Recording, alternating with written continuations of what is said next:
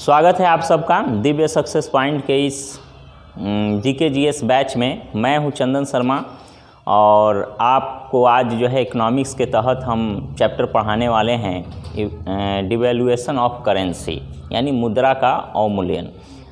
छात्रों, आज हम लोग जिस टॉपिक को लेकर के उपस्थित हुए हैं यह बहुत अहम और महत्वपूर्ण है अर्थव्यवस्था की दृष्टि से। इसका महत्व हमारी अर्थव्यवस्था से, हमारी उपभोग से, हमारे भविष्य में पड़ने वाले आर्थिक प्रभावों से जुड़ा हुआ है। शुरू में जब हमारा देश आज़ाद हुआ था सन 1947 में, तो उस समय बताया गया था कि $1 जो 1 USD था, USD का यूनाइटेड स्टेट डॉलर जो होता है उसका सिंबल ऐसे है ना। और हमारा जो INR है, INR 1 इंडियन नेशनल करेंसी जो होता है उसका चिन्ह इस तरह होता है, ठीक है। ये दोनों बराबर था, यानी $1 जो है, $1 हमारे ₹1 के बराबर हुआ करता था। लेकिन आज के डेट में अभी अगर देखेंगे 2021 चल रहा है, अभी डाटा जिस तरह पेट्रोल का दाम थोड़ा बहुत कम बेस ज़्यादा होता रहता है, उसी हिसाब से डॉलर के मुकाबले रुपए कभी कमज़ोर कभी मजबूत होता रहता है। हम लोग इस टॉपिक में यह भी समझेंगे कि रुपए किस अवस्था में मजबूत होता है और किस अवस्था में कमज़ोर होता है। तो अभी के डेट में देखिएगा तो $1 अभी जो है हमारा $73.87 के बराबर $1 का कीमत हो गया है रुपया का, यानी 73-87 को लगभग मान लीजिए ₹74 का। जी कोई दिक्कत? ₹74। तो $1 का ₹1 से ₹74 कैसे पहुंचा, हम लोग इस चैप्टर में यह विशेष जानेंगे, ठीक है। और भी बहुत सारे डिस्कशन इसमें करेंगे कि ये जो अवमूल्यन है, डिवैल्यूएशन है करेंसी का, यह क्यों कम होता है, कम होने से क्या हानि होते हैं, क्या लाभ होते हैं, ये कम होने से अर्थव्यवस्था पर क्या प्रभाव पड़ता है, कोई भी देश कम क्यों करता है, किसी देश का बढ़ क्यों जाता है, इन सारे चीज़ों को हम इस टॉपिक में देखने वाले हैं। सबसे पहले अपना चैप्टर हम लोग लिखते हैं। चैप्टर का नाम है डिवैल्यूएशन ऑफ करेंसी, यानी मुद्रा का, करेंसी का मतलब हर देश का अपना करेंसी होता है, ठीक है, मुद्रा होता है, और मुद्रा का अवमूल्यन यह आपका चैप्टर हो गया, ठीक है। इस चैप्टर में हम लोग कंटेंट क्या देखने वाले हैं, इसका सबसे पहले हम लोग परिचय देखेंगे कि मुद्रा का अवमूल्यन क्या है, मुद्रा के अवमूल्यन क्यों होता है, इसके कारण को देखेंगे, अवमूल्यन के प्रकार को भी देखेंगे, उसके बाद में इसके हानि क्या है, लाभ क्या है, इसका परिणाम क्या है, यह देखेंगे। और हमारे देश पर ये टॉपिक भी आई है, लाभ हानि और परिणाम, ठीक है। और यह भी देखेंगे हमारे देश में ये अवमूल्यन कब कब हुआ है, अवमूल्यन कब कब हुआ है, इतना टॉपिक हम लोग इसमें जानने वाले हैं, ठीक है, बहुत इम्पोर्टेंट है। आइए हम शुरू से शुरू करते हैं। जब हमारा देश कितना 15 अगस्त 1947 को आज़ाद हुआ, तो इस आज़ादी के जश्न में पूरा देश डूबा हुआ था, सराबोर था। देश की आज़ादी की जश्न मनाया जा रहा था। 250 वर्षों की गुलामी के बाद हम आज़ाद हुए थे। ये भारत की एक चित्र था, ठीक है। सिक्के के दो पहलू जैसे होते हैं, उसी तरह एक पहलू था कि हमारा देश इस दिन जश्न मना रहा था। क्या मना रहा था? जश्न और खुशियाँ मना रहा था, ठीक है। और एक तरफ मातम भी मनाया जा रहा था। मातम का मतलब सांप्रदायिकता की लहर थी, देश विभाजन का कलह था, देश कई टुकड़ों में बंट गया था, यहाँ की आर्थिक स्थिति जर्जर हो चुकी थी, सामाजिक राजनीतिक धार्मिक उन्माद उत्पन्न हो चुके थे, ये सारी समस्याएं अपने चरम पर था। तो इस चीज़ का हमें दुख भी था और दूसरे तरफ खुशी भी थी। साथ ही साथ और भी महत्वपूर्ण चीज़ें थी कि उस समय हमारा जब देश 15 अगस्त 1947 को आज़ाद हुआ, 250 वर्षों के बाद, तो अब हमारे जिम्मे आ गया इसकी अर्थव्यवस्था को कैसे ले चलना है, कैसे ठीक करना है, इसकी अर्थव्यवस्था को विश्व की अर्थव्यवस्था से जोड़ना है और एक बड़ी आर्थिक शक्ति के रूप में हमें उभरना है। यह मकसद लिए हम अपनी अर्थव्यवस्था का विकास कार्य में लग गए। लेकिन उस समय हमारे सामने बहुत सारी समस्याएं थी, इतनी सारी समस्याएं थी जिसका समाधान एकाएक नहीं हो सकता है, धीरे धीरे हुआ और अभी भी हो रहा है। जैसे 1947 में जब आज़ाद भारत हुआ तो भारत के सामने भूखमरी थी। उस समय हमारे देश की आबादी लगभग 35 करोड़ थी। आज की आबादी की माने चौथाई हिस्सा था, उससे चरगुना बढ़ गया है अब। तो चौथा हिस्सा आबादी थी, फिर भी लोग भूखों मरते थे, मतलब अनाज नहीं होता था। हरित क्रांति हुई जिसके वजह से बाद में अनाज उनाज खाद्य संसाधन में हम निर्भर हो गए, दूसरों पर हमारी जो निर्भरता थी ख़त्म हो गई। तो भूखमरी थी, अनाज की कमी थी, और जब कृषि पिछड़ा रहेगा तो बहुत सारे उद्योग धंधे कल कारखाने क्या होते हैं, उद्योग पर ही कृषि पर ही निर्भर होते हैं। और कृषि जब हमारी पिछड़ी है तो उद्योग क्या उन्नत थोड़े रहेंगे। तो उद्योग भी हमारा पीछे था, कृषि भी पीछे था, उत्पादन भी कमज़ोर था, औद्योगिक क्रांति भी नहीं हुई थी, न हरित क्रांति हुई थी। और देश के सामने सांप्रदायिक दंगा से लेकर धार्मिक उन्माद जैसे बहुत सारी समस्याएं मुँह बाए खड़ी थी। अंग्रेज़ों ने भारत को उस मुहाने पे खड़ा किया जिस मुहाने से भारत के सामने लक्ष्य निर्धारित नहीं था कि किधर हमको जाना है, एक अंधेर गली के मुहाने पर खड़ा था कि किधर हमको कैसे जाना है। ये भारत के सामने बहुत बड़ी चुनौती थी। उस समय देश आज़ादी के समय 250 वर्षों की शासन के बाद जब हम आज़ाद हुए तो हमारे समक्ष जो सबसे बड़ी चुनौती थी वह 3 चुनौती थी। कितनी चुनौती थी? 3। पहला चुनौती यह था, सबसे पहले जो सांप्रदायिकता थी, जो धार्मिक उन्माद था पूरे देश में फैला हुआ, बंटवारा का जो विभाजन का दंश था उसको झेलना था। दूसरा लोकतंत्र की स्थापना करना था। और तीसरा जो सबसे इम्पॉर्टेंट है वह था आर्थिक विकास करना था। तो हम लोग इसी टॉपिक को देखने वाले हैं, आर्थिक विकास को कैसे किया हमने। तो विभाजन और लोकतंत्र ये आप लोग पॉलिटी में इस चीज़ों को पढ़ेंगे। यहाँ पर हम लोग आर्थिक विकास को देखने वाले हैं कि देश की आर्थिक विकास का, आर्थिक विकास का सेंस हमारी जो अर्थव्यवस्था है, कृषि का हो, उद्योग का हो, सेवा क्षेत्र हो, रोजगार हो, इस सब का विकास हो, मतलब इसी को ना आर्थिक विकास कहेंगे। तो इसके लिए बाकायदा हमारी सरकार ने, हमारी जो शासक वर्ग थे उन लोगों ने मीटिंग अरेंज किया, योजना आयोग की स्थापना किया, संसद में बहुत सारे बिल लाए आर्थिक विकास से जुड़े हुए, बहुत सारी प्लानिंग किया गया जिसमें आप प्लानिंग इन इंडिया चैप्टर में पढ़ चुके हैं। भारत में नियोजन, पंचवर्षीय योजना पढ़े हैं ना जी। तो पंचवर्षीय योजना 5 साल के लिए, पहला पंचवर्षीय योजना उसमें किसी और क्षेत्र के आर्थिक विकास पर ध्यान दिया गया, दूसरी पंचवर्षीय योजना में दूसरे चीज़ पर ध्यान दिया गया। इस तरह कर करके कई पंचवर्षीय योजना हमने लाए, बीच बीच में 1-1 वर्षीय योजना भी हमने लाया। इस सब का मूल उद्देश्य था देश का आर्थिक विकास करना। लेकिन हमारे यहाँ आर्थिक विकास के लिए कुछ संसाधनों की ज़रूरत होती है, कुछ रुपए पैसों और कुछ वस्तुओं की आवश्यकता होती है, और वो चीज़ हमारे पास था नहीं। इसलिए जो सीमित संसाधन थे इसी में हमको असीमित आर्थिक विकास करना था। इसलिए मैनेजमेंट करना बहुत ज़रूरी था और इसी उद्देश्य से हमने प्लानिंग किया था। ये सब आप लोग प्लानिंग चैप्टर में पढ़े होंगे। अब देखिए एक छोटी सी हम आपको कहानी बताते हैं। कहानी बताने से पहले ये जान लीजिए कि आर्थिक विकास हम कैसे करेंगे। आर्थिक विकास करने के लिए या तो हमारे यहाँ जो संसाधन है उसको निकाल के उसका उपयोग करेंगे और लोगों तक उपभोग करने के लिए देंगे, तब ना होगा। अगर नहीं है हमारे पास, न संसाधन है न पैसे हैं, तो किसी देश से हम क्या लेंगे? उधार लेंगे, पैंचा लेंगे थोड़े दिनों के लिए, और उसे यह विश्वास दिलाएंगे कि हमारी स्थिति जब ठीक हो जाएगी तो हम पुनः आपको लौटा देंगे। मतलब साफ कहिए, ऋण लेंगे, लोन लेंगे। तो ऋण कोई देश हमको क्यों देगा? ऋण भी देगा तो कुछ शर्त से देगा, वो शर्त का प्रभाव हमारी अर्थव्यवस्था पर पड़ेगा। तो वैसी सिचुएशन था। अब ऋण था तो उसकी मर्जी से अमेरिका से हम मान लेते हैं लोन लेते हैं आर्थिक विकास करने के लिए, तो अमेरिका हमारी शर्तों पर लोन नहीं देगा, वो अपनी शर्त पर देगा ना। हमको आवश्यकता है तो हम उसके शर्त के हिसाब से चलेंगे, ठीक है। तो ये बहुत सारी चीज़ें थी। आर्थिक विकास के लिए हमें अन्य देशों पर थोड़े दिनों के लिए निर्भर रहना पड़ा, जिसके वजह से हमारे मुद्रा का अवमूल्यन हुआ। सबसे पहले हम लोग जान लेते हैं अवमूल्यन है क्या। परिचय में समझ लीजिए अवमूल्यन है क्या। अवमूल्यन, अवमूल्यन का मतलब ये उपसर्ग है, मूल्यन का मतलब उसका मूल्य निर्धारित करना है, यानी मूल्य में कमी आना अवमूल्यन कहलाता है। इसी को इंग्लिश में डिवैल्यूएशन कहते हैं, ठीक है। क्या कहते हैं? डिवैल्यूएशन। तो अवमूल्यन में होता क्या है? विदेशी मुद्रा, इसकी परिभाषा देखिए, विदेशी मुद्रा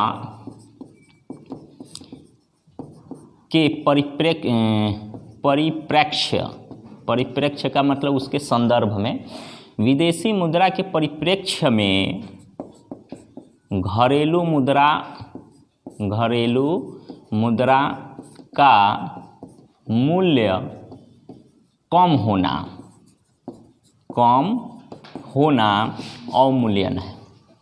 ठीक है, ये पहला पॉइंट हुआ। दूसरा पॉइंट यह भी है कि कोई भी देश, जैसे आपको हमने कल के क्लास में बताया था कि यहाँ 10 बच्चे हैं और 10 के पास अपना अपना करेंसी है।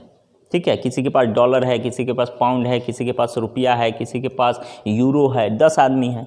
अब मान लेते हैं वो उनसे कोई सामान लेन देन करेंगे, वो उनसे करेंगे लेन देन, तो इसके लिए क्या करेंगे, अपने रुपए का, अगर किसी के पास रुपया है तो उसको डॉलर में कन्वर्ट करके तब ना लेन देन करेंगे। फिर डॉलर वाला यूरो से करेगा तो यूरो और डॉलर का मूल्य नापे के तब ना लेन देन करेगा।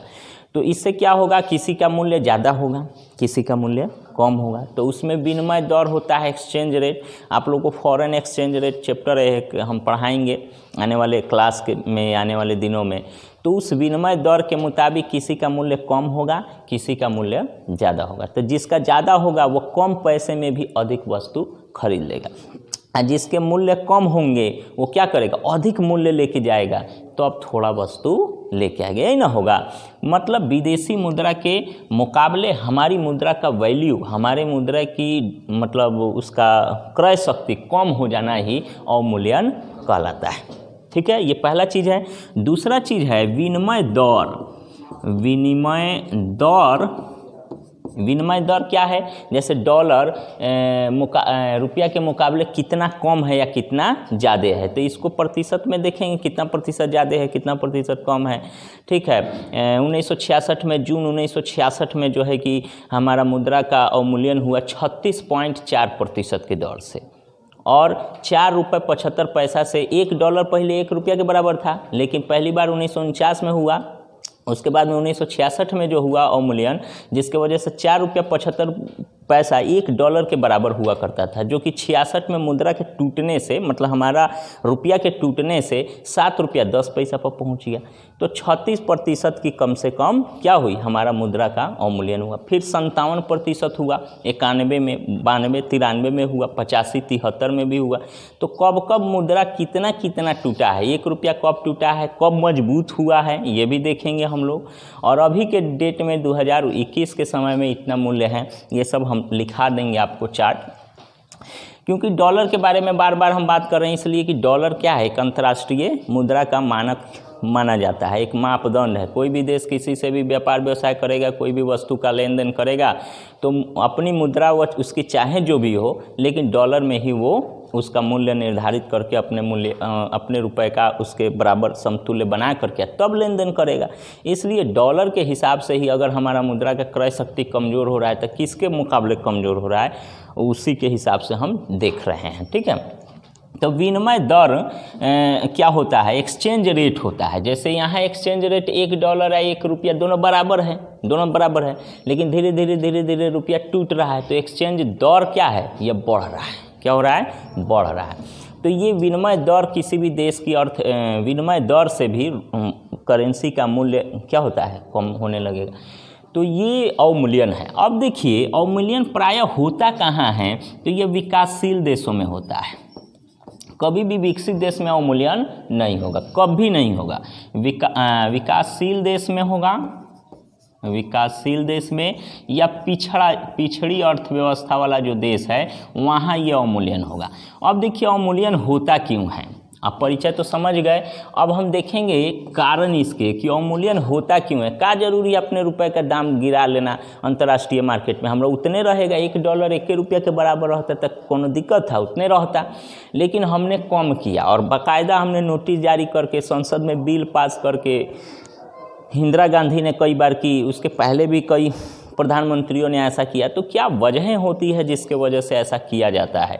देखिए जिस तरह आप लोग को पढ़ाए होंगे इन्फ्लेशन डिफ्लेशन पढ़े होंगे, तो इन्फ्लेशन में क्या करती है सरकार, मौद्रिक नीति में आरबीआई क्या करती है, रिवर्स रेपो रेट ये सब का मूल्य बढ़ा देने से या घटा देने से अर्थव्यवस्था पर उसका प्रभाव पड़ता है कि ना। सेम उसी तरह मुद्रा का मूल्य अगर हम कम करेंगे तो हमारी अर्थव्यवस्था को लाभ मिलेगा, अगर मुद्रा का मूल्य हम अपना बढ़ा देंगे तो हमारी अर्थव्यवस्था पर उसका लाभ नहीं मिलेगा।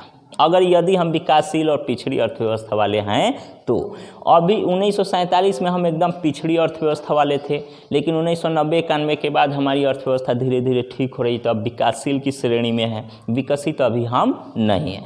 तो ये दोनों स्थिति में हमारे लिए अवमूल्यन होना एक इंस्ट्रूमेंट के तरह है जिससे हमारी अर्थव्यवस्था को लाभ मिलेगा।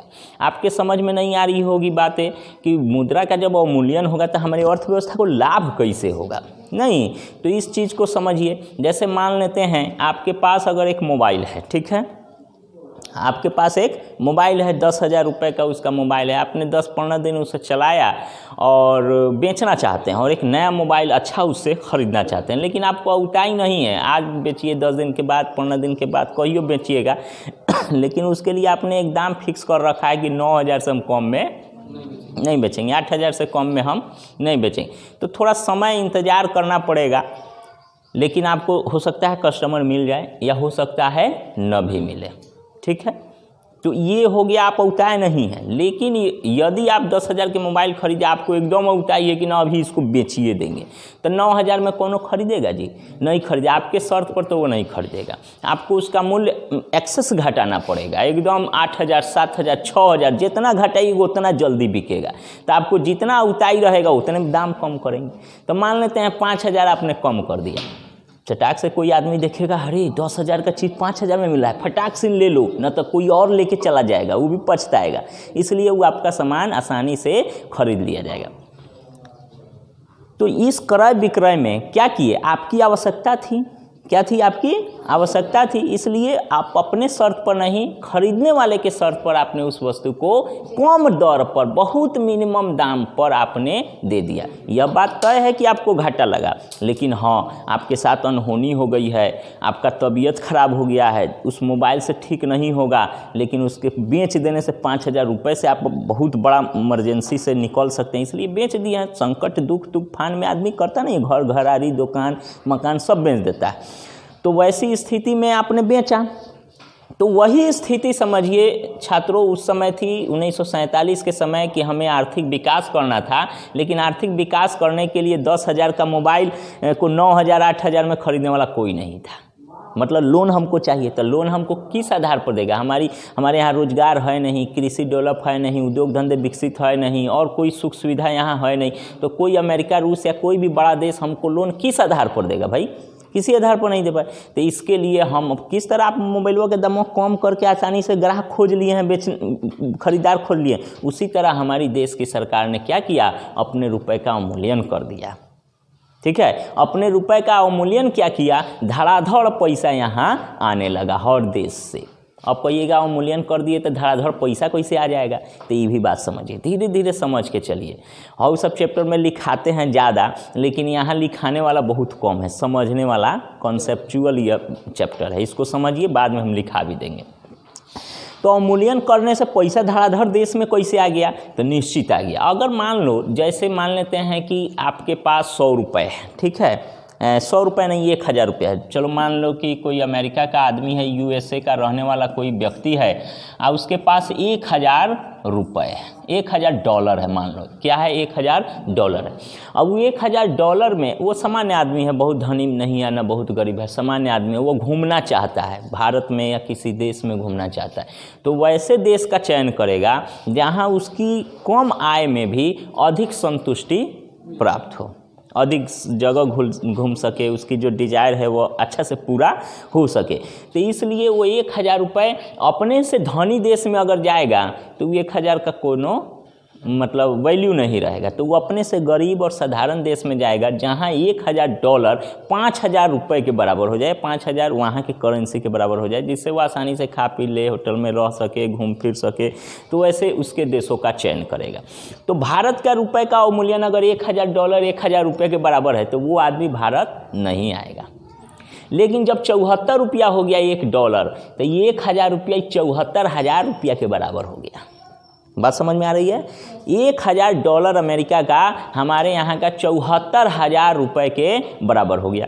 अब 74,000 रुपया अगर किसी के पास है, लगभग 1 लाख से थोड़ा कम ना, 1.25 है क्या जी, उतना रुपया है तो आसानी से कोई भी सिटी को 2, 4, 5 दिन घूम सकता है। तो वो आराम से वहाँ से फ्लाइट पकड़ेगा, घूम घाम के चला जाएगा। लेकिन अगर हमारा मूल्य बड़ा हो जाता, ऊंचा हो जाता, उसका $5 हमारा $1 के बराबर हो जाता, तो 1000 रुपया हुआ यहाँ 200 रुपया होता। $1000 उसका 200 रुपया, 200 में उसको खाना नहीं ढंग से खा पाएगा, तो वो यहाँ घूमने आएगा? नहीं घूमने आएगा। तो पैसा तो वहीं से वहीं कहीं और चला गया। हमारे देश में पैसा आया, पर्यटन को बढ़ावा नहीं मिलेगा। मतलब सीधा समझिए, पर्यटन को बढ़ावा नहीं मिलेगा। पर्यटन कहने का मतलब कोई आदमी जब यहाँ घूमने आता है तो पर्यटन करने आता है, लेकिन वो उसके साथ साथ बहुत सारी लोगों को प्रभावित करता है। कोई रिक्शा चलाता है, कोई चाय बेचता है, होटल चलाता है, कोई होटल मालिक है, कोई रेहड़ी पर, पटरी पर, दुकान पर कोई सामान छाने हुआ है। तो जो घूमने वाला व्यक्ति होता है अपने कुछ कुछ पैसे इन सबों में बांटता है, तो सबकी आजीविका चलती है, सबका उससे रोजगार चलता है ना। एक आगरा का ताजमहल है, उसे देखने के लिए लाखों करोड़ों लोग आते हैं, कई $1000 रुपये खर्च करते हैं।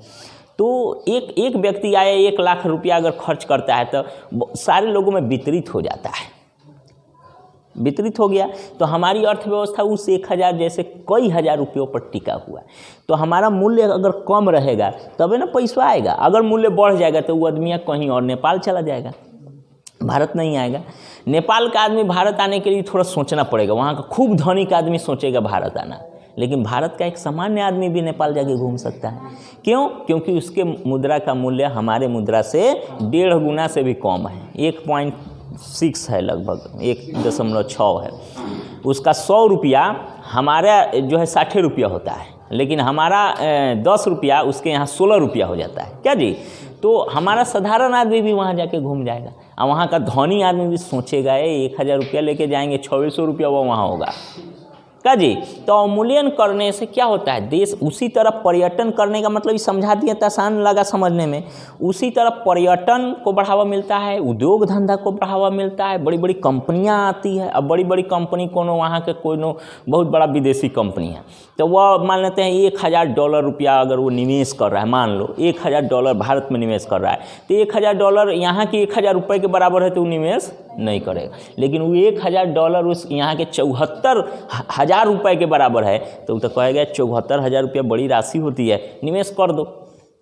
तो निवेश हमारे यहाँ आ गया, लेकिन मूल्य ज़्यादा रहेगा तो आएगा, ऊपरे से सोचेगा ज़्यादा है, भाग जाएगा। समझ में आ रहा है जी। तो अवमूल्यन होने से हमको क्या मिला, पर्यटन बढ़ा, निवेश बढ़ा, उद्योग धंधे आए, और ऋण भी हमको मिला। और हमको यही तो चाहिए था 1947 में आर्थिक विकास के लिए। और हमारे देश भर से, विदेश भर से, पूरी दुनिया भर से हमारे यहाँ पैसा आए, पर्यटन के लिए आए, निवेश के लिए आए, उत्पादन के लिए आए, रोजगार के लिए आए, और किसी न किसी चीज़ के लिए हमारे यहाँ पैसा आए। लोन के लिए आए तो लोन भी देगा। तो मान लेते हैं, देखते हैं महाजन इंटरेस्ट रेट जब ज़्यादा, जहाँ हाई रहता है वहाँ आसानी से पैसा दे देता है, जहाँ इंटरेस्ट रेट कम रहता है न हो पैसा, कहता है कि नहीं। तो वही बात है, अगर हमारा मूल्य ज़्यादा रहेगा तो वो सोचेगा 1000 रुपया देंगे, $1000 देंगे तो 1000 रुपया वहाँ होगा। लेकिन वो सोचेगा कि $1000 हम दे के 74,000 रुपया अगर हो जाएगा तो आसानी से दे देगा। तो हमको ऋण लेने में सहूलियत होगी, और इसी उद्देश्य से हमारे रुपए का क्या हुआ जी, अवमूल्यन हो गया। अब आपको समझ में आ गया होगा अवमूल्यन क्या है, अवमूल्यन क्यों होता है। आर्थिक विकास के लिए अवमूल्यन का करना बहुत जरूरी, लेकिन यह देखना होता है अवमूल्यन भी एक निश्चित पैटर्न पर होना चाहिए। ऐसा नहीं कि धड़ाधड़ अवमूल्यन जितना चाहे मन माफी कर दे तो इसकी अर्थव्यवस्था को लाभ की बजाय नुकसान हो जाएगा। चीन ने अपनी अर्थव्यवस्था का इतना ना अवमूल्यन कर दिया मुद्रा का डॉलर के मुकाबले में कि अमेरिका को उसको कहना पड़ा कि आप जो है अपने युआन का इतना ही अवमूल्यन कीजिए जितना हो सके, ज़्यादा कीजिएगा तो हम आपके वस्तुओं का प्रतिबंध यहाँ लगा देंगे। ठीक है। तो उस वस्तु का अवमूल्यन कर दिया। वहाँ 5 रुपया में कौन वस्तु बन रहा है, मान लो 5 युआन में, लेकिन वो डॉलर में बेच रहा है 5 डॉलर में, तो ज़्यादा कमा रहा है। उस डॉलर को जब यहाँ भजाएगा तो 5 की जगह पर 25 कमा लेगा। तो चीन को फायदा हुआ, लेकिन अमेरिका को नुकसान। तो इसलिए अमेरिका ने उसे रोका, उसके ऊपर प्रतिबंध लगाने के बाद किया। तो ये सारी चीज़ें अवमूल्यन के मतलब आप समझ गए हैं। तो अवमूल्यन कहाँ होता है, विकासशील देशों में और पिछड़ी देशों में होता है। ठीक है। एक अवमूल्यन के जस्ट अपोजिट एक वर्ड होता है अधिमूल्यन। क्या होता है जी, अधिमूल्यन। ये डिवैल्यूएशन है और ये जो है इसके जस्ट उल्टा है अधिमूल्यन। इसमें क्या होता है कि जैसे विदेशी मुद्रा के परिप्रेक्ष्य में हमारी घरेलू मुद्रा का मूल्य क्या हो रहा है, कम हो रहा है, इसमें ज़्यादा हो जाएगा। इसमें क्या हो जाएगा, बस यही फार्मूला रहेगा, ज़्यादा हो जाएगा। विदेशी मुद्रा के परिप्रेक्ष्य में जब हमारी घरेलू मुद्रा मजबूत हो, बढ़ जाए, तो उसे हम क्या कहेंगे, अधिमूल्यन कहेंगे। हालांकि यह ऐसा होता नहीं है इकोनॉमी में, किसी भी अर्थव्यवस्था में कि हमारा मुद्रा बढ़ जाए, नहीं होता है व्यवहारिक रूप से। लेकिन जो विकसित देश हैं जैसे अमेरिका है, तो वो होगा। जब वो लोन बांटेगा तो शर्त रखेगा कि आपका मूल्य हमारे मूल्य से कम होना चाहिए, तभी हम आपको ऋण देंगे, न तो न देंगे। न तो अगर ज़्यादा हो जाएगा तो वो देगा 5,000 रुपया, उसके यहाँ होगा 4,000 रुपया। कैसे, तो ज़्यादा हो गया ना, इसलिए उसको कहेगा ना 5,000 देंगे, लेकिन लिखो तुम 10,000 उसका मूल्य, तो इसलिए वो देगा। तो अवमूल्यन होने से विकासशील और पिछड़ी और देशों को, लोगों को फ़ायदा होता है। आर्थिक विकास के लिए एक बहुत बड़ा इंस्ट्रूमेंट है। और हमारे देश में ये अवमूल्यन कई बार हुआ, एक बार नहीं, बार बार हुआ। ठीक है। सबसे पहला अवमूल्यन 1949 में हुआ था। कब हुआ था जी, 1949। 1947 में तो देखिए, 1947 में है जो है, 1947 में जब देश आज़ाद हुआ तो $1 1 रुपया के बराबर था। इसमें कोई दो मत नहीं है। लेकिन 1949 में क्या हुआ, वही ये तीन समक्ष समस्याएं थी, आर्थिक विकास की चुनौती थी, तो इसलिए हमने मुद्रा का मूल्य घटा दिया, ताकि पैसा हमारे यहाँ पर्यटन के माध्यम से, निवेश के माध्यम से, ऋण के माध्यम से पैसा जैसे भी हो हमारे देश में आए। और जब पैसा आ गया तो उसका मूल्य हमने घटाया था, तब आया। तो सबसे पहला मूल्य 1949 में घटाया था, जहां $1 पहले 1 रुपया होता था, जो कि 4 रुपया 75 पैसा हमने किया। पहली बार 1949 में $1 4 रुपया 75 पैसा के बराबर हुआ। दूसरी बार हमने 5-6 जून 1966 को मुद्रा का अवमूल्यन किया, जिसमें $1 पड़ गया कितना, 7 रुपया 10 पैसा। 7 रुपया 10 पैसा। देखिए कितना कम हुआ। अब ऐसा क्यों हुआ, देखिए 1949 की तो कहानी बता दिए। देश आज़ाद हुआ था, हमारे सामने बहुत सारी समस्याएं थी, गरीबी, भूखमरी, बेरोजगारी, है ना, देश के रोड बनाना, सड़क बनाना, देश का विकास करना, राज्यों लोकतंत्र स्थापित करना, लोगों को नौकरी देना, नील की खेती से ज़मीनें बंजर हो गई थी, अनाज नहीं उगता था, तो कृषि में विशेष ध्यान देना, उद्योग एक वो नहीं था, सब बर्बाद करके चला गया था अंग्रेज, तो उसको धीरे धीरे सींच कर बड़ा करना, ये बहुत सारी समस्याएँ थी। इसलिए हमने जो है सीधे 4 गुना कम किया। ठीक है। उसके बाद में 1966 में ऐसा क्या था कि हमने 7 रुपया 10 पैसा डॉलर के मुकाबले कम हो गया। तो ऐसा भी उस समय होने का बहुत सारा रीज़न था। जैसे यहाँ ध्यान देंगे आप लोग, समझेंगे कि 1962 में इंडो पाक वार हुआ था, मालूम है, इंडो पाक वार हुआ था, जिसमें हमारे बहुत सारे सैनिक शहीद हो गए थे। और एक दिन की लड़ाई में कईयन हज़ार रुपए क्या, कईयन करोड़ रुपए, कईयन हज़ार करोड़ रुपए भी खर्च होता है।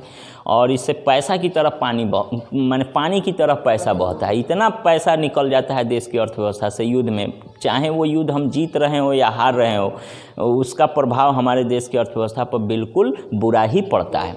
तो 1962 में हमने इंडो पाक युद्ध किया था, वॉर किया था, तो इसमें हमारी अर्थव्यवस्था लड़खड़ा गई थी। ठीक है। दूसरा रीज़न अब इससे थोड़ा थोड़ा हम ठीक हुए कि 1965 में फिर इंडो पाक वार हो गया। इंडो पाक यानी पाकिस्तान के साथ भी हमारा लड़ाई हो गया 1965 में, जिसके वजह से फिर से बढ़ी हुई हमारी अर्थव्यवस्था थोड़ी सी पटरी पर क्या आई थी कि 1965 में फिर पाकिस्तान के साथ युद्ध हुआ, तो वही हो गया। और इस पाकिस्तान में युद्ध में हमारे सैनिकों का मनोबल बहुत ऊंचा था, 1962 में चीन के साथ अच्छा इंडो पाक, हाँ इंडो चाइना नहीं होना गा, मैंने गलती से लिखा गया, इंडो चाइना होगा। हाँ देखिए, तो 1962 में जो चीन से लड़ाई हुआ था तो बहुत सारी ज़मीनें चीन ने हड़प ली। उसके बाद में देश सदमे में चला गया, एक अर्थव्यवस्था की मार अलग थी, देश कमज़ोर था ही, और युद्ध की जो विभीषिका हमने झेली, इससे हमारा मनोबल बहुत टूट गया। और हमारे देश के जो सर्वोच्च प्रधानमंत्री थे सर्वमान्य पंडित जवाहरलाल नेहरू, उनको इतना ना सदमा लगा कि वो 62 की लड़ाई के जस्ट बाद कुछ सालों बाद 1964 में वो दुनिया से चले गए। उसके बाद में देश की सिंहासन पर देश के प्रधानमंत्री के पद पर लाल बहादुर शास्त्री आए। उनके सामने भी बहुत सारी चुनौतियां थी, समस्याएं थी देश की अर्थव्यवस्था को ठीक करने की। और उसी समय इंडो पाक वार हो गया 1965 में। जब 1965 में लड़ाई हुआ तो लोगों का मनोबल बड़ा डाउन था, लेकिन अब मनोबल बढ़ाने के लिए और इस युद्ध में जो हम हार लिए थे उसका बदला लेने के लिए 1965 में हमारी सैनिकों ने पूरी ताकत से लड़ा, और हमारी सरकार ने भी उन्हें काफ़ी कोऑपरेट किया, सहयोग किया कि हाँ इस बार दिखा देना है पाकिस्तान को कि हम कौन बड़ी चीज़ हैं। ठीक है, इसके लिए भारत के सैनिकों को एकदम खुली चुनौती दे दी गई। पंडित जवाहरलाल नेहरू मतलब आक्रामक लड़ाई नहीं लड़े थे 62 की लड़ाई में, वो डिफेंसिव लड़ाई लड़े थे, रक्षात्मक रूप से कि हाँ उसके ऊपर हम एग्रेसिव ना हो, नहीं तो उस समय का भी युद्ध हम जीत सकते थे। और 65 की जब लड़ाई हुई तो लाल बहादुर शास्त्री भरे कद के छोटे थे, ठीक है, लेकिन उनके इरादे हिमालय जैसे ऊंचे थे, और उन्होंने पूरी खुली छूट दे दी इंडियन आर्मी को, सैनिकों को। और भारतीय सैनिक जो है ना, भारत क्या पाकिस्तान के लाहौर तक पहुंच गया था, कराची तक पहुंच गया था। थोड़े दिनों की बात, और युद्ध अगर चलता है तो पता चलता है इस्लामाबाद भी हम ले लेते, और इतना ज़मीन पर हमने कब्जा कर लिया। लेकिन क्या हुआ, फिर अंतर्राष्ट्रीय प्रेशर बढ़ा। हमारे देश की उस समय आर्थिक स्थिति उतनी सुदृढ़ नहीं थी कि हम लॉबी खड़ा कर सके और मतलब अंतर्राष्ट्रीय स्तर पर हम किसी के ऊपर मैंने वर्चस्व कायम कर सके। इसके वजह से फिर ताशकंद में समझौता हुआ 1966 में, 8 जून 1966 को ताशकंद समझौता हुआ उज्बेकिस्तान की राजधानी ताशकंद में, जहां उन्हें जीती हुई बाजी को हार जाने का इतना ना बड़ा सदमा लगा कि उनको हृदय गति रुक जाने की वजह से बताया जाता है मौत हो गई। हालांकि इसके पीछे और भी कारण बताए जाते हैं कि लाल बहादुर शास्त्री की मौत के पीछे कई बड़े रसूख वाले लोगों का हाथ भी है, साजिश में भी हाथ है। तो खैर वो अलग बातें हैं, बस उनकी मौत हो गई। हमने एक बहुत बड़े रत्न को खो दिया 1966 में। अब देश एक सदमा झेल ही रहा था, आर्थिक स्थिति थी ही। अब एगो देश बड़े रत्न लाल जो थे, बहुत ईमानदार प्रधानमंत्री थे, बहुत यशस्वी और बहुत अच्छे प्रधानमंत्री थे, उसको हमने खो दिया, और जो जीती हुई बाजी थी वो भी हम हार गए। तो ये 1965 में हमको बहुत बड़ा झटका लगा, 1962 से भी बड़ा झटका लगा, और इसका प्रभाव और इम्पैक्ट जो है हमारी अर्थव्यवस्था पर सीधा देखा गया। हमारी अर्थव्यवस्था और लड़खड़ा गई, अर्थव्यवस्था और लड़खड़ा। देखिए इसमें पॉलिटिकल का भी कुछ चीज़ें हैं, लेकिन हम आर्थिक कारणों पर ही विवेचना कर रहे हैं, और मुद्रा का अवमूल्यन कैसे कैसे किन परिस्थितियों में हुआ उस सब का डिस्कशन करा रहे हैं। उसके बाद में फिर तीसरा पोजीशन 1966 आया।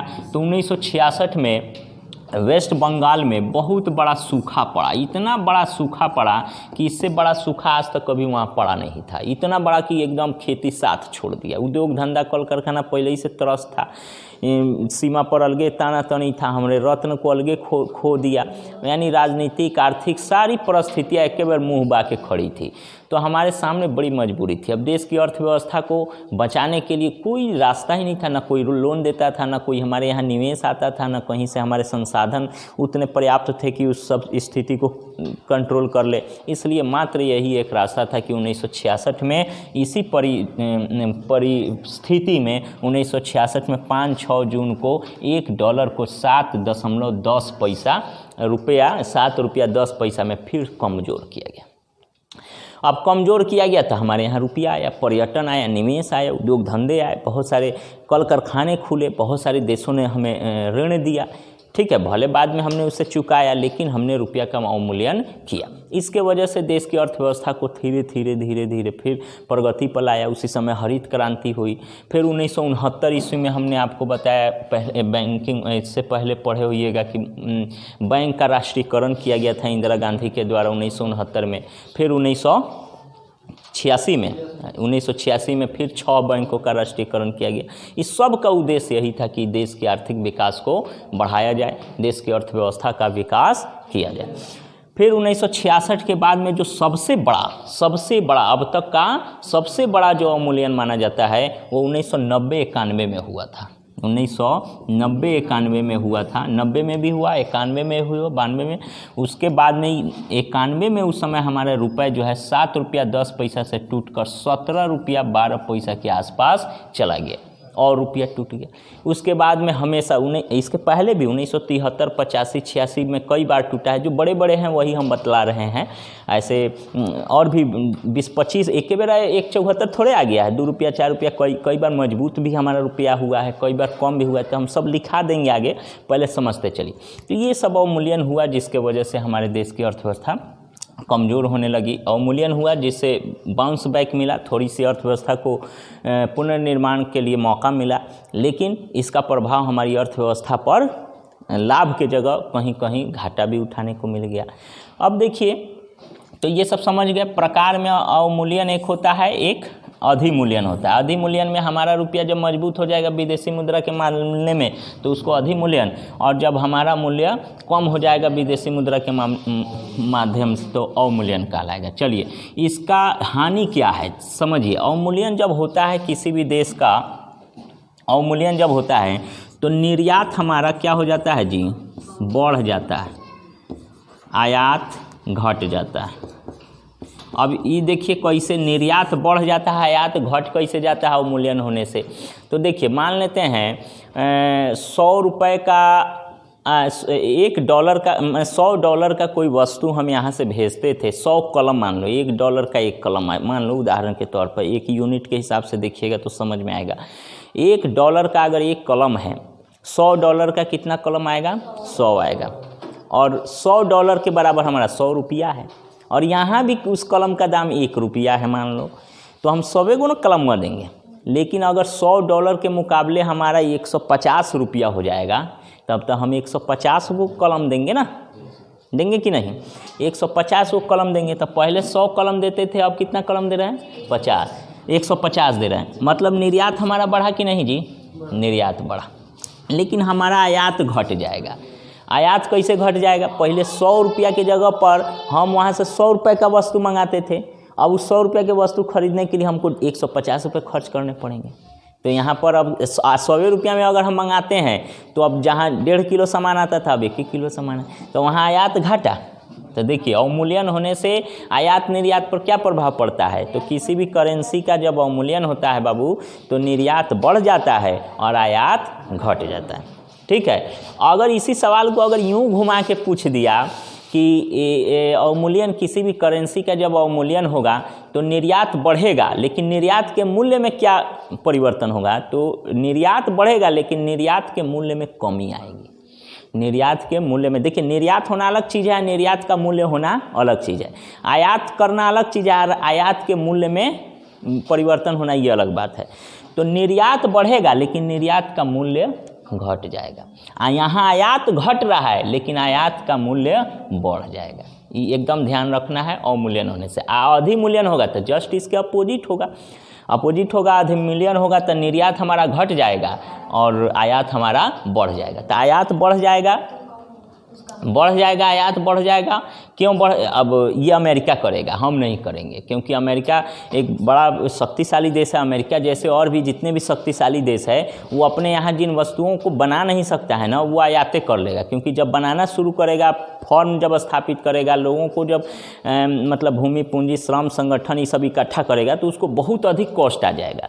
इसलिए उस सीधा समझेगा कि कौन गरीब देश है, केने है, सबसे कम में इतना में हम निकाल ले, तो वहाँ से वो आयातें कर लेगा।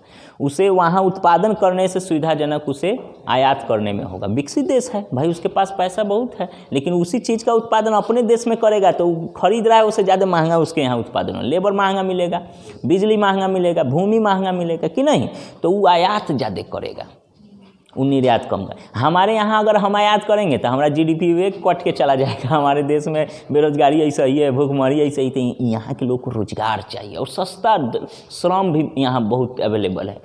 नहीं तो यहाँ लोग आयात को घटाएगा और निर्यात को बढ़ावा देगा। ठीक है। तो विकासशील और पिछड़े देशों के लिए निर्यात को बढ़ाया देता है और अवमूल्यन भी निर्यात को ही बढ़ाता है। और अधिमूल्यन जब होगा, तो अधिमूल्यन तो हम करते नहीं हैं, विकासशील पिछड़ा देश, वो विकसित देश करेगा। तो विकसित देश जब अधिमूल्यन करेगा तो वहाँ पर आयात तो उसका बढ़ जाएगा, निर्यात कम हो जाएगा।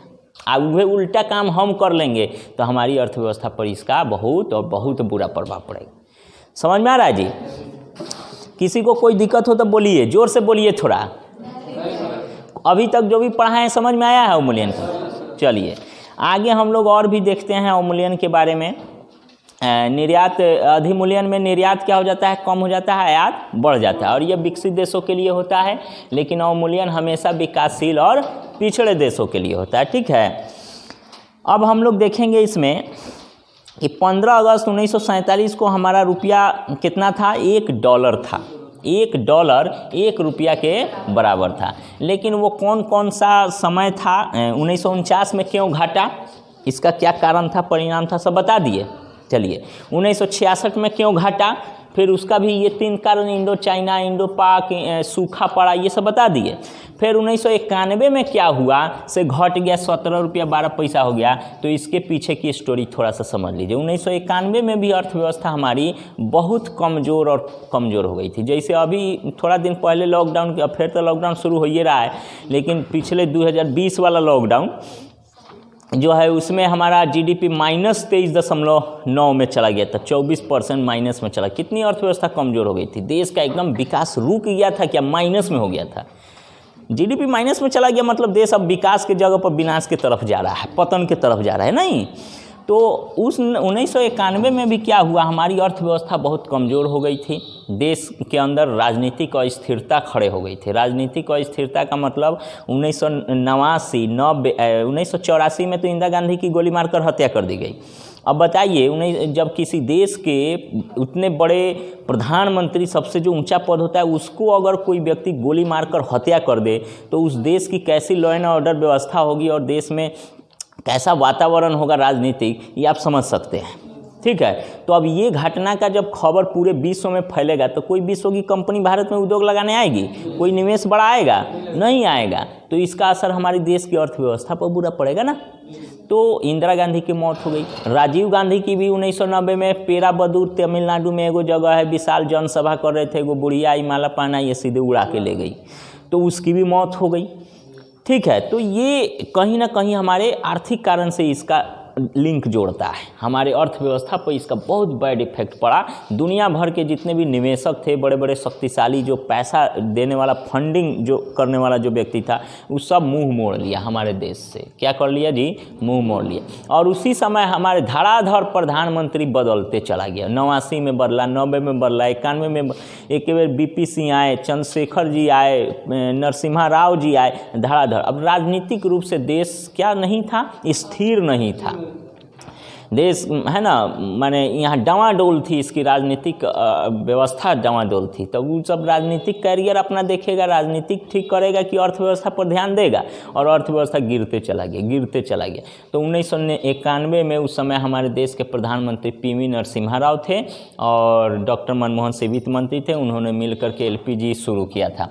एलपीजी के बारे में बताए थे, लिक्विड पेट्रोलियम गैस वो नहीं है, लिबरलाइजेशन, प्राइवेटाइजेशन एंड ग्लोबलाइजेशन, है ना। उदारीकरण, भूमंडलीकरण और वैश्वीकरण, इन 3 चीज़ों को अपनाया गया। बहुत सारे सरकारी संस्थाएं थे उसे निजी हाथों में सौंप दिया गया। प्राइवेटाइजेशन होगा, जो घाटा लग रहा था, तो इससे अर्थव्यवस्था में थोड़ा सा एक बाउंस बैक मिला। जो लगातार घाटे में जा रही थी अब थोड़ा सा सुधरने लगा उसकी स्थिति, तो अर्थव्यवस्था, लोगों को रोजगार मिलने लगा, तो सरकार की चिंताएं कम होने लगी। तो ये प्राइवेटाइजेशन से थोड़ा लाभ हुआ। अब भले इसी प्राइवेटाइजेशन को लोग हथियार बना लिया है, अब वर्तमान सरकार, मौजूदा सरकार की कांग्रेस करती आई, हम कैसे नहीं करें, तो इसका हमारे ऊपर अब बुरा प्रभाव पड़ा।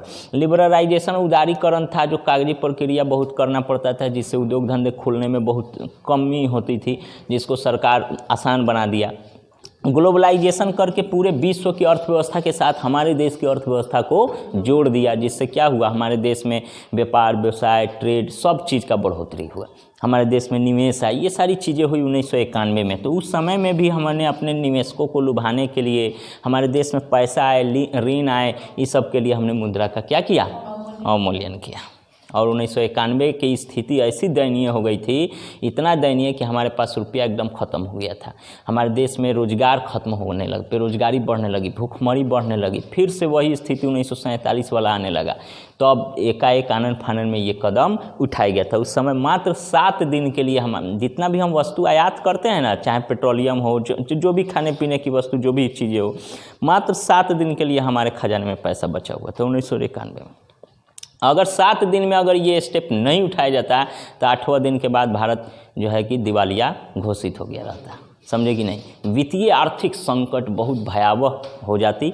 आप लोग पॉलिटी के क्लास में पढ़े होंगे, आपातकाल 3 तरह का आपातकाल होता है। एक संवैधानिक आपातकाल, एगो राष्ट्रीय आपातकाल। एक राष्ट्रीय आपातकाल जो युद्ध और बाहरी आक्रमण से होता है तो उसका धारा 352 है।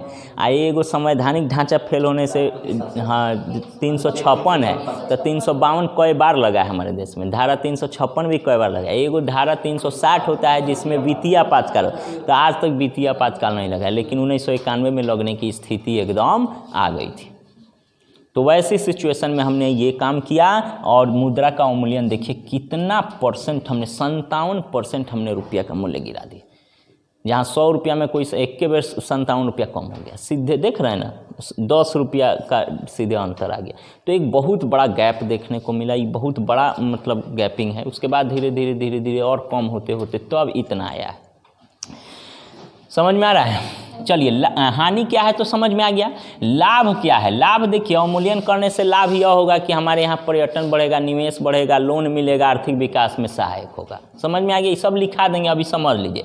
परिणाम क्या हुआ? तो परिणाम यह हुआ कि कई बार हमने रुपये का अवमूल्यन किया तो कई बार हमें लाभ भी हुए, लेकिन 1-2 बार हमें लाभ की बजाय हानि भी हो गया है।